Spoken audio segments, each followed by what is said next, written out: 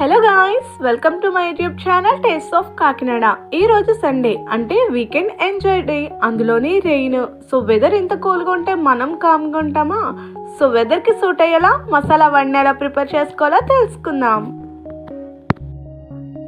ఫస్ట్గా మనం పచ్చి శనగపప్పును 8 గంటల పాటు నానబెట్టుకుని పక్కన పెట్టుకోవాలి. శనగపప్పు నానిన తర్వాత అది ఒక మిక్సీ జార్లోకి వేసుకుని అందులోకి వెల్లుల్లి రెబ్బలు, అలాగే అల్లం, అలాగే పచ్చిమిర్చి ముక్కలు కూడా వేసుకుని బరకగా గ్రైండ్ చేసుకోవాలి. మరి మెత్తగా పేస్ట్లో అయితే చేసుకోకూడదు, దీనికి బరకగా ఉంటేనే బాగుంటుంది.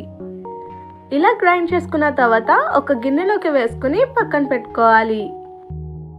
ఈలోపు అందులోకి మసాలా పౌడర్ కోసం పలావ్ రేకలు, దాల్చిన చెక్క, అలాగే లవంగాలను తీసుకుని ఒక పౌడర్లో అయితే చేసుకోవాలి.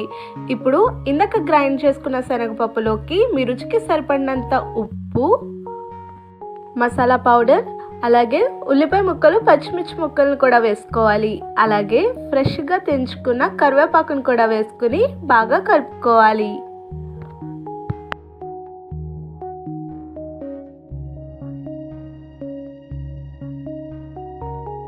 ఇలా అన్నీ కూడా మిక్స్ అయ్యేలా కలుపుకొని పక్కన పెట్టుకోవాలి.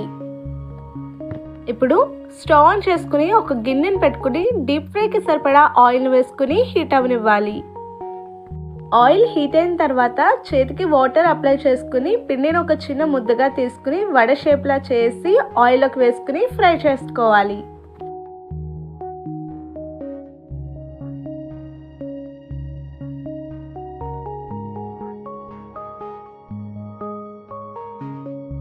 క్లైమేట్ ఇంత బాగుంటే వేడివేడిగా ఏదో ఒక స్నాక్ ఐటమ్ అయితే తినాలనిపిస్తుంది కదా.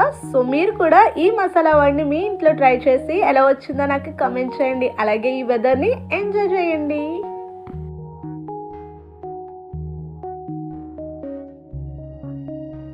వడ ఒక సైడ్ ఫ్రై అయిపోయిన తర్వాత మరొక సైడ్ కూడా తిప్పుకుని ఫ్రై చేసుకోవాలి, లేదంటే ఒక సైడే బాగా కుక్ అయ్యి ఇంకొక సైడ్ బాగా కుక్ అవ్వవు. సో 2 సైడ్లు కూడా మనకి ఈవెన్గా కుక్ అవుతేనే బయట క్రిస్పీగా లోపల సాఫ్ట్గా అయితే ఉంటాయి.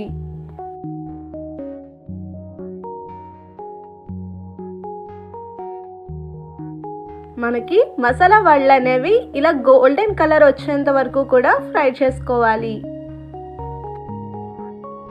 ఇలా 2 సైడ్లు కూడా క్రిస్పీగా ఫ్రై అయిపోయిన తర్వాత ఒక ప్లేట్లోకి అయితే తీసుకోవాలి. అంతే, వేడివేడిగా మసాలా వడ అనేది రెడీ అయిపోయింది. మీరు కూడా మీ ఇంట్లో ట్రై చేసుకుని ఎలా వచ్చిందో నాకు కామెంట్ చేయండి. మీకు కనుక మా వీడియో నచ్చినట్లయితే లైక్ చేయండి, షేర్ చేయండి, సబ్స్క్రైబ్ చేసుకోండి. మరింత ఇన్ఫర్మేషన్ కోసం పక్కనే ఉన్న బెల్ ఐకాన్ని ట్యాప్ చేయండి.